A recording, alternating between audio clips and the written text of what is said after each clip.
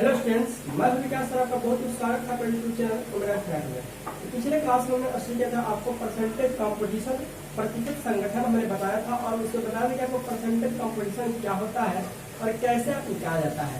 तो पिछले वाला वीडियो नहीं देखे हैं तो इस वीडियो में आकर प्ले लिस्ट भी आपको जाकर देखेंगे, आपको बहुत बेहतर तरीके से समझ में आ जाएगा। क्लियर? तो चलिए स्टार्ट करते हैं आज का अगला टॉपिक। उसी आधार पर आपको न्यूमेरिकल सब करा रहा है जिसका नाम क्या है, परसेंटेज कंपटीशन प्रतिशत संगठन। अगर आप चैनल पर नया है तो चैनल को सब्सक्राइब करेंगे और बेल को प्रेस करेंगे ताकि डेली इसी तरह वीडियो का नोटिफिकेशन आप तक पहुंचता है। क्लियर? थोड़ा साउंड आपको क्लीन मिलेगा, लेकिन क्योंकि गर्मी है इसलिए आपको फैन चल रहा है तो उसका आवाज आपको सुनाई देगा जरूर। क्लियर? तो मोबाइल भी क्योंकि हीट हो जा रहा है इसलिए उसका फैन चल रहा है कि आपको मोबाइल भी जो हीट होगा वो भी थोड़ा सा कूल रहेगा। क्लियर? चलिए स्टार्ट करते हैं। क्वेश्चन देखेंगे। क्वेश्चन क्या, भार के विचार से कैल्शियम सल्फेट में उपस्थित प्रत्येक तत्व की प्रतिशत मात्रा ज्ञात करें। क्लियर? क्वेश्चन क्या है, भार के विचार से कैल्शियम सल्फेट में उपस्थित प्रत्येक तत्व की क्या करें, प्रतिशत मात्रा ज्ञात करें। क्लियर? तो यहाँ पे लिखा है calculate the percentage by weight of each element in calcium sulphate. क्योंकि ये क्वेश्चन इंपोर्टेंट है, यह आपको बीआईटी नेशनल में पूछा हुआ क्वेश्चन है। क्लियर? तो कैसे निकालेंगे, तो हमने बताया कि किसी भी का परसेंटेज कंपटीशन निकालना है तो इसमें क्या करेंगे, हम सबसे पहले उसका मोलिकुलर मास निकालेंगे। क्या करेंगे, मोलिकुलर मास, आणविक द्रव्यमान निकालेंगे। तो चलिए सॉल्व करते हैं। Solution, molecular mass of CaSO4। Clear? आपको कैल्शियम सल्फेट का क्या करना है, मोलिकुलर मास निकालना है। तो कैल्शियम का एटॉमिक मास कितना होता है जी, 40 होता है। कैल्शियम का एटॉमिक मास कितना होता है, 40 होता है। ये हो गया आपका 40। क्लियर? और सल्फर का एटॉमिक मास कितना होता है, सल्फर का एटॉमिक मास कितना होता है, 32 होता है। क्लियर? और ऑक्सीजन कितना होता है, ऑक्सीजन होता है 60। ऑक्सीजन कितना होता है, 60 होता है। तो 60 इंटू यहाँ पर 4 है तो क्या हो गया, 4 हो गया, 40 प्लस 32 प्लस 64। क्लियर? अब यहाँ पर देखेंगे 4 2 6। क्लियर? 4 2 6 6 3 9 9 4 6 3 9 9 4 30। यानी इतना आपका हो गया, इसका क्या, मोलिकुलर मास। हमारा निकल गया कैल्शियम सल्फेट का मोलिकुलर मास निकल गया। अब कह रहा है कि प्रत्येक तत्व ईच एलिमेंट का क्या करना है, परसेंटेज कंपोजिशन पता करना है। क्या करना है, ईच एलिमेंट का परसेंटेज कंपोजिशन पता करना है। तो क्या करेंगे, सबसे पहले निकालते हैं आपको कैल्शियम का। तो कैल्शियम का परसेंटेज कंपोजिशन, ठीक है। तो कैल्शियम का परसेंटेज कंपोजिशन कैसे निकलेगा, तो कैल्शियम का मास कितना है आपका, 40 है। क्लियर? कैल्शियम का मास कितना है आपका, 40 है। और टोटल मास कितना है कैल्शियम सल्फेट का, आपको 136 है। तो क्या आ जाएगा, 100। क्लियर? यही आपका परसेंटेज कंपोजिशन का फॉर्मूला है कि जिस एलिमेंट का पूछेगा उस एलिमेंट का मास बट्टा कंपाउंड या मोलिक्यूल्स का मोलिकुलर मास बट इनटू 100 और आंसर हो जाएगा परसेंटेज में निकलेगा। तो यहाँ पर देखेंगे ये हो जाएगा आपका, कट करेंगे तो हो जाएगा आपका 10 4 जा, और ये हो जाएगा 4 से 4 3 जा 12 4 4 जा 60। ठीक है, कितना हो गया, यानी आपका आ गया 1000 बटा 34, यानी हो जाएगा 500 बटा 17। और इसको क्या करेंगे आप, डिवाइड कर लेंगे। ठीक है, इसको आप डिवाइड करेंगे तो डिवाइड करने में कितना आएगा आपको देख लेते हैं।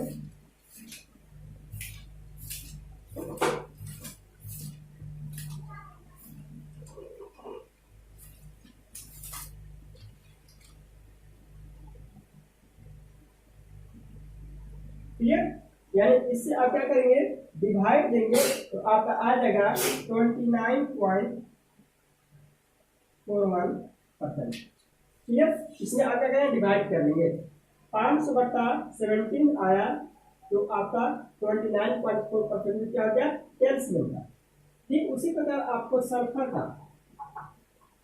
परसेंटेज निकालना है। तो सल्फर का एटॉमिक मास कितना होता है, सल्फर एटॉमिक मास होता है 32, तो हो जाएगा 32/160 इंटू 100। ठीक है, ये हो गया आपका 8 4 ये हो गया आपका 34 ये हो गया आपका 800/34, ये 400/17, और 17 से आपको 400 में क्या करेंगे, डिवाइड करेंगे, तो आपका आएगा 23.53%। क्लियर। ठीक इसी प्रकार आपको क्या करेंगे, ऑक्सीजन का निकालेंगे। क्या करेंगे, ऑक्सीजन का निकालेंगे।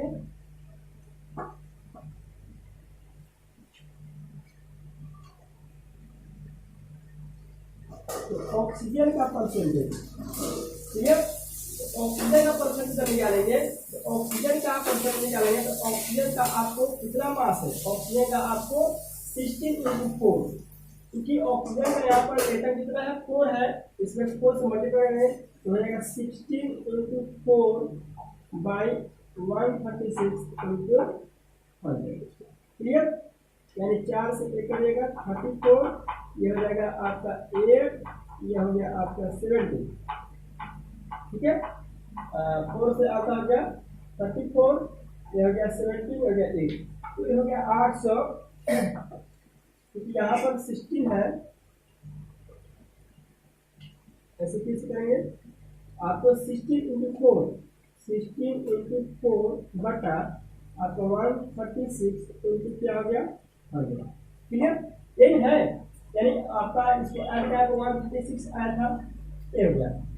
तो 16/4 और ये हो गया 100/136, तो ये हो गया आपका 4 से 1 कटेगा, 4 से 1 कटेगा, 4 के 12 और अच्छा सॉरी 4 के 12, यहाँ पे हो गया 3 और 4 को 16।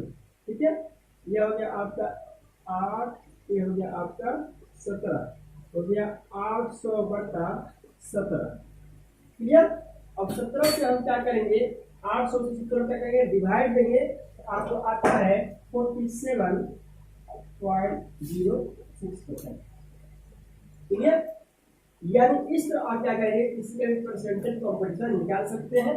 परसेंटेज कॉम्पिटिशन निकालने के लिए आपको सबसे पहले मोलिकुलर मास निकालेगा, और मोलिकुलर मास निकालने के बाद जो जो एलिमेंट कहेगा, जितने भी एलिमेंट होंगे उस कंपाउंड में, उस टोटल का आप क्या करेंगे, मोलिकुलर मास निकालेंगे।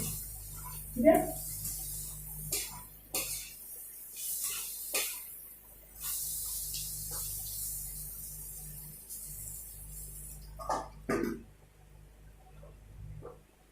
अब जो है आपको अलग टाइप का क्वेश्चन दे रहे हैं।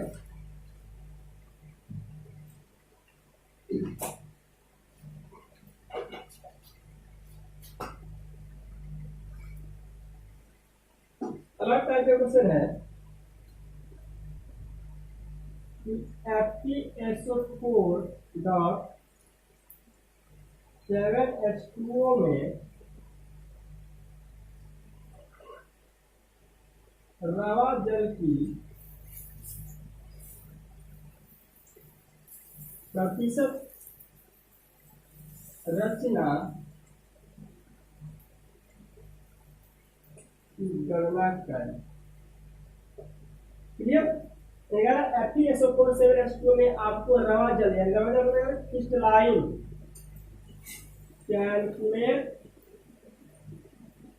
Calculate the percentage of water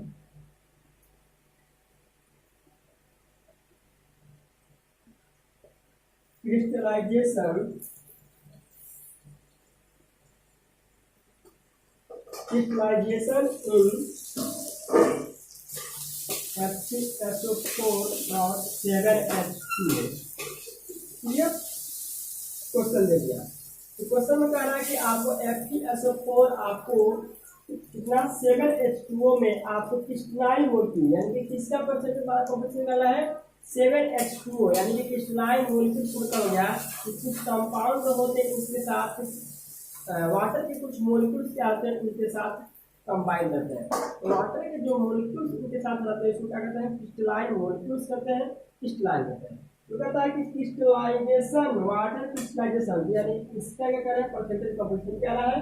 तो परसेंटेज कॉम्पोजिशन निकालने से पहले क्या करेंगे सबसे पहले इसका मोलिकुलर मास निकालेंगे।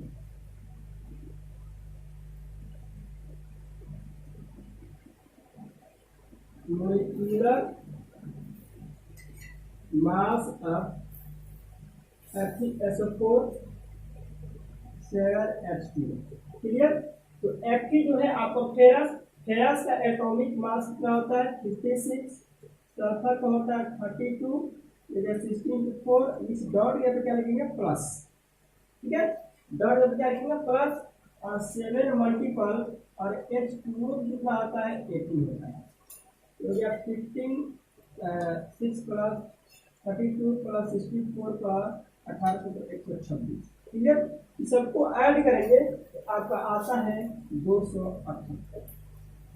क्लियर यानी FeSO4 7H2O का आपको मोलिकुलर मास कितना होता है 278। क्लियर अब हमको क्या परसेंटेज कंपोजिशन निकालना है। किसका निकालना है तो क्रिस्टलाइन मोलिक्यूल का निकालना है।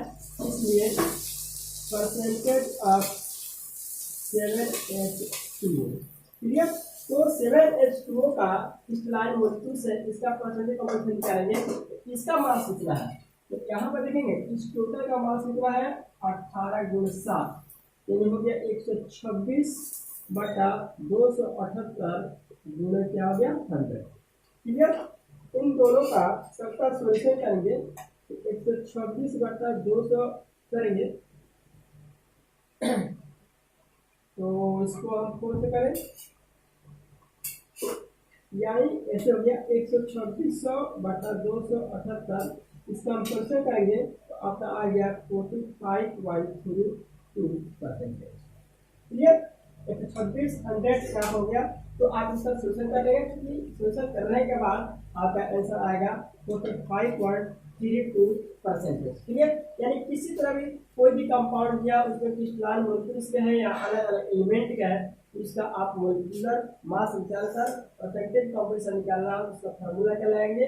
जिसका पूछेगा उसका मास ऊपर रहेगा जिसके बारे में दिया रहेगा उसका मोलिकुलर मास नीचे रहेगा इनटू 100। ठीक है तो अब नेक्स्ट क्लास में लेके आएंगे आपको बहुत ही इंपॉर्टेंट टॉपिक इंपेरिकल फार्मूला और मोलिकुलर फार्मूला। और इंपेरिकल फार्मूला के आधार पर मोलिकुलर फार्मूला के आधार पर न्यूमेरिकल सूत्र आ जाएंगे। तो तक वीडियो को देखने के धन्यवाद। अगर आप चैनल पर नए हैं अभी तक चैनल सब्सक्राइब नहीं किए हैं तो प्लीज चैनल को सब्सक्राइब करेंगे और बेल आइकन प्रेस करेंगे ताकि डेली वीडियो नोटिफिकेशन आप तक पहुंचता रहे। Thanks by watching video best of luck.